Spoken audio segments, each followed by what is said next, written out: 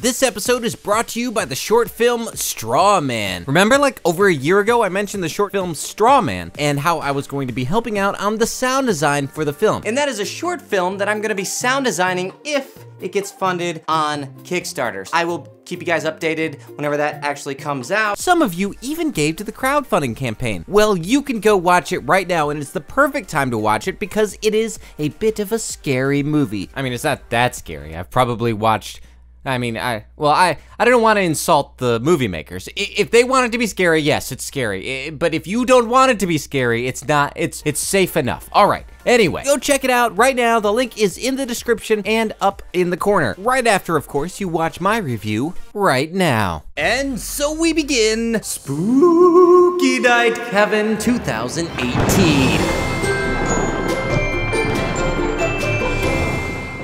You know, looking back over the years, I've reviewed a lot of weird, scary, crazy stuff. But when I sit down and think about it, I realize the scariest thing that I have ever reviewed is none other than the children's series known as Donkey Ollie. So scary, in fact, that it's been over a year since I last checked in on our old pale donkey, Donkey Ollie. Actually, what I really think happened, I just got too invested in the show. It kind of took me to a dark place, you know? Do you guys remember what I was like? Can your brothers talk too? I'm the only one humans can understand. Wait a minute, now you're adding more rules to this? That doesn't even make any sense. How in the world were the other donkeys who encouraged Ollie to talk to Elizabeth so confident that he would have the ability to do that if Ollie is the only one who can talk? I'm beginning to think that the writers of this show are just making all this stuff up as they go. Oh, Kevin. You're getting better though. However, I've gotten so many people begging me to continue the series, to jump back in, to go into the lion's den, you might say. So I figured now was as good a time as any. I'll be brave and go to the sunken place, to the dark place. I will risk my own sanity for the sake of the show. But let's not delay this any longer. Let's jump right in to Donkey Ollie Episode 5, Shipwrecked. Or should it be Shipwrecked? Hi, everyone. It's not always easy traveling far away from home, but I usually, in fact, almost always find a new friend along the way. Yeah, it's almost like they're just writing in new characters each time someone buys a cheap 3D model off TurboSquid.com. Now, if you haven't watched my other reviews of Donkey Ollie, you should check them out. They're pretty good. Don't worry, Mr. Narrator will recap the previous episode for us. Last time, Elizabeth and Jehu were attacked by jackals. Ollie bravely fought them off. He was gravely injured, but an angel appeared and healed his wounds. Then that he decided he must find his 3 lost brothers, now in the hands of a Roman merchant named Gallius. Wow, Mr. Narrator, when you distill it down like that, it sounds a lot like the ramblings of a madman.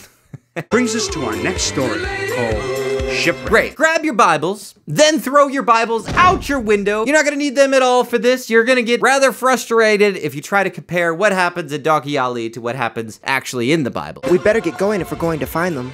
They've already been gone a month. They could be anywhere in the world by now. Everybody knows you can travel anywhere in the world in just a month during biblical times. The landscape has really developed in this universe over the past 4 episodes. Look at this, they've even got fire reflecting off of the characters. That is quite the improvement. So Ollie and Jehu search for days looking for Ollie's brothers, with absolutely no success. But fortunately, they randomly happen upon an unexpected individual. Someone who would change the course of their lives. Wow, who could this be? I mean, Ollie has met Jesus, the angel Gabriel. He was on the road to Damascus with the apostle Paul. Who could this person be that could change the course of his life?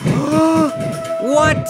That stupid bird? Didn't we already meet this guy? Or was that with the brothers? Oof, it is hard to remember sometimes. I think I've got some suppressed memories. Oh, hi there. What?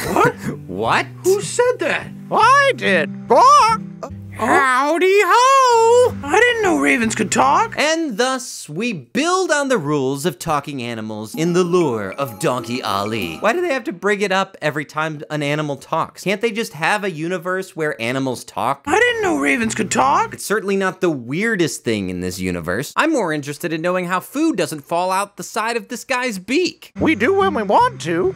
Sure, we could talk when we're a made-up cartoon. Most people think we have far too much to say. Tell me what thy lordly name is on the nice plutonian shore. Quoth the raven. Eat my shorts. Bart, stop it. He says nevermore, and that's all he'll ever say. Okay. I'm from Caesarea. We're on our way to Caesarea to look for my brothers. Are they all white like you? Look, out of context, sure, that may seem like a strange question, but you have to understand that leading up to this, in the world of Donkey Ali, everybody's been racist. My brothers are just regular donkeys.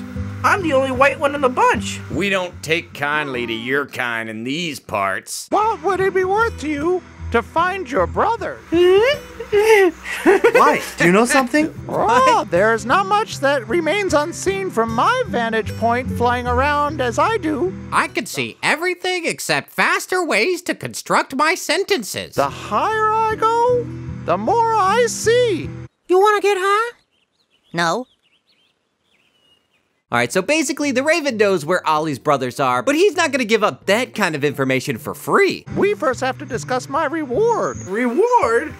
That's robbery. That's not robbery, that's extortion. Oh, I never thought I'd say that line and not be referring to taxes. What is your reward? Have you any sesame seeds? Just a little. I mean, I've got this McDonald's burger wrapper I was gonna throw away. You might be able to pick out a few sesame seeds, maybe some melted on cheese. How many do you want? That's a big sack of seeds. The whole bag. The whole bag?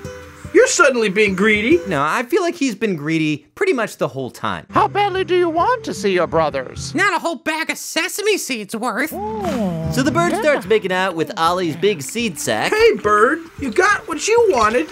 Now, tell me where my brothers are. They were bought by Consul Gallius. They're headed to his wine press in Italy. Italy? We hate Italians! I'll tell them you're coming. Thanks for the sesame seeds. As they walked, Ollie worried that they might not get to Caesarea in time to save his brothers. Oh, did he, Mr. Narrator? Thank you for that crucial information. Oh crap, they're going in circles. Well, you might think you've seen the pinnacle of excitement for Jehu and Donkey Ali, but later they show up and find the bird. Again. I'll get you. Not so hard. Take it easy. Oh, I think I'm gonna get sick. That's right, he ate all the sesame seeds. I'll give you a ride to Caesarea.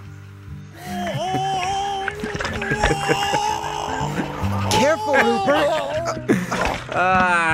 What is this show? Meanwhile, In Caesarea, much like me when I have to watch these movies, Donkey Ollie's brothers are in their own form of indentured servitude. But they're not getting out of that ship without a fight. Whoa! Run! Just run away from your captors. Go! If you don't want to be my friends, I'll just have to take you to my vineyard in chains. Chains? Is this the bad guy from Prey? Fetch me my leg irons for these stubborn donkeys. And someone figure out what accent I'm trying to do. And that's when evil Mr. Potato Head here recites some of his poetry. I tried to be nice, but that didn't work. So you'll just have to suffer with chains around your hooves. I fed you with carrots and leeks every day, but now all you have to eat is water and hay. Chains, chains, chains. Oh no, we're not gonna get a chain-themed song, are we? Chains, chains, chains. I tried to be nice. Chains, chains, chains. Now you better think twice. No, I guess he hasn't written the music for that awesome song yet. that night, Rupert scouts out the ships, trying to find Ollie's brothers. I guess Rupert is gonna be their friend now, so we got that in the show. Do you have a plan? No, but maybe if we put our heads together, we can think of one. Well, apparently they do think of a plan because in the next scene, they're carrying it out. So I don't even know why they had him say he didn't have a plan. Rupert uses his beak to unlock the chains, chains, chains on Donkey Ollie's brother's legs, then stealthily sneak off the boat. But once they realize they're not gonna be able to get off the boat because of the guards, they cleverly hide in the life raft. I'll keep watch. The tension is mounting, children's programming at its finest. But that's when Rupert lets them down once again. Days turned into months. Months turned into years as they waited for Rupert to let them know the coast was clear. Yes, that was a rhyme. I waited all night for the coast to clear. and it never did. In fact, not only is the coast not clear, there's no coast at all. If only we could get shipwrecked. If only that was the name of the episode. Captain Maximilian, what a rogue has stolen my donkeys. Please, Captain Maximilian. Look at these. What do you call this? Chains, chains, chains. That face! My eyes! Why? They've shown us some terrible things on this show before, but this is definitely the ugliest. Okay, we're designing a new character. How many lumps do we need? Captain, it would be best if you put it into the harbor. Look! It's Paul! He's back! But not for long. And how many sea voyages have you been on? This is my first one. Wow, that's humiliating. Meanwhile, Ollie and friends are still hiding in the lifeboat. And that's when this metal song starts. Metal. Then suddenly, without warning, the movie becomes Shark Tale. I almost used a Finding Nemo joke. I couldn't bring myself to give this movie that kind of complimentary comparison. And this is so weird. It's just this school, literally a school of dolphins underneath the water while the storm's going on. I hope that everyone here has done their homework, because this week we're all going on a field trip and putting into practice what you have learned. What's going on right now? I can't even hear what they're saying. They're like, We're under the water, so that means we gotta put this effect on all of our voices. Get it? Because of water. So this goes on for way too long, but eventually we get back to our main characters still in danger. It's alright. Guys, that donkey sound that you just heard, that wasn't me. It sounded just like me, but it wasn't me. That was in the show. So the boat ends up falling into the water. It's a real Titanic situation. But then Rupert saves them. Boy, this guy really turned his life around. Are you okay? But is Rupert okay? Oh, thank goodness. I was worried they were about to start singing a song. I can't believe how few songs have been in this. I'm very impressed. Rupert, you saved Jehu! We better start bailing out this water or we'll all end up at the bottom of the ocean. Well, after having just survived, almost dying, still stranded at sea with their lives in danger, Donkey Ollie's brothers decide to complain about how hungry they are. I'm really hungry. I'm starving. And Jehu has the brilliant idea that they should just eat seaweed. You mean this stuff is edible? So can Jehu understand those guys? I thought Donkey Ollie was the only one who was able to communicate with humans because he was a special donkey or something. I'm the only one humans can understand. Well, the writers of the show thought Jehu's idea about eating seaweed was so brilliant, they decided to introduce the very first song of the episode about eating seaweed. Take a little seaweed, sprinkle salt. Yep. Chew very slowly, it hits the spot. Just pretend it's barley or exotic fruit. It's seaweed, but it's just as good. Wow, 15 minutes into the episode and we finally get a song. Boy, that's gotta be a record for this show. But the wait was worth it, if only for this verse where Rupert sings. Pomegranates in my feet, little insects so on its feet, but for donkeys do we get the show? What happened to his voice? Rupert, are you okay? You better eat the seaweed now. You better eat that seaweed. Yeah, why didn't the guys in Unbroken just eat seaweed? At this point, their situation really starts to sink in, and Rupert is faced with his own mortality. Oh no, I'm much too young to die. You know, for kids. The ocean carries them off while the storm blows over. Meanwhile, these characters, for some reason. Oh yeah, I forgot about them. We're back.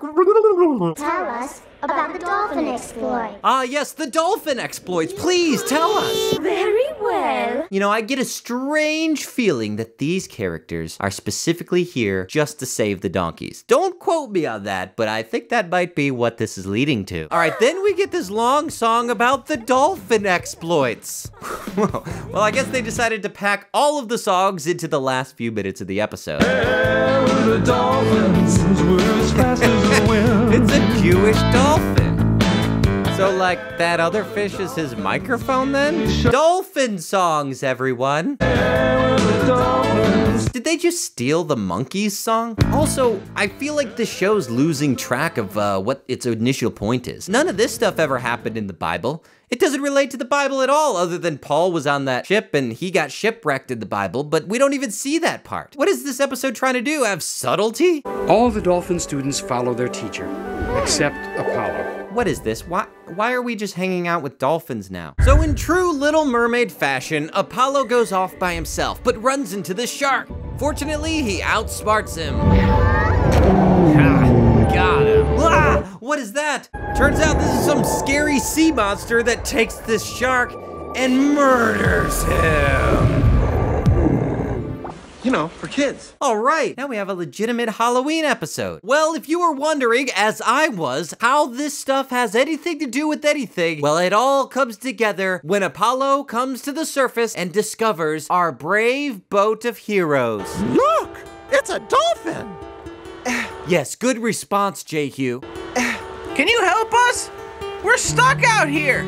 Wow, there's so many of you. Wow! There's so many of us too! We are Legion! So I guess the dolphin's gonna save them, but before they do, they have to have a whole conversation about why and how and who can talk in this situation. You talk like a human, but you sure don't look like one. He's not, but I am. Ollie's a donkey, a talking donkey. I can see that you are a human boy. All right, I'm glad we cleared all of that up. But unfortunately, the dolphin has some reservations about trying to save them. I'm really too small to be pulling such a big boat. It doesn't matter if you're big or small. You have to do what we say, you little brat. You just gotta have faith and you can do it. Then why don't you do it, Ollie? She says she can't do it. You say, well, you can do it if you have enough faith. Why don't you just have the faith? But of course, that's not what Ollie's gonna do. Instead, he'll do what he does best. Sing a song about what other people should do in order to benefit him.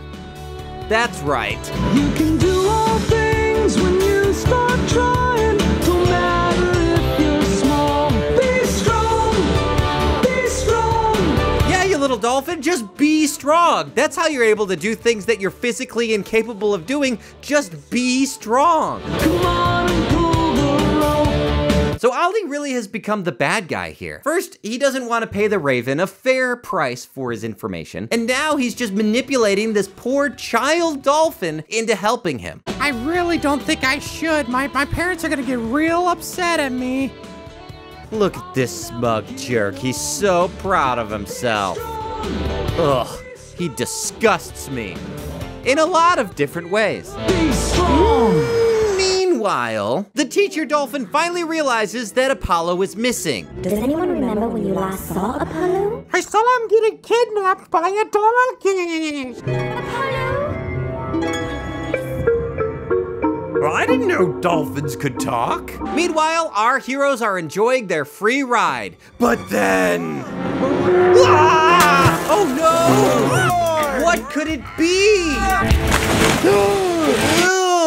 It's the giant octopus that murdered the shark. And that's when things get really violent. We've got two animals being hung by a rope, and then this monster comes and grabs the dolphin. Oh my goodness. Oh, and then the boat gets knocked over. Oh no! Everyone's in the water with an attacking octopus! Mr. Narrator, you're getting way too wrapped up in this. This can't be good! Pull yourself together and do your job, okay? I can't look.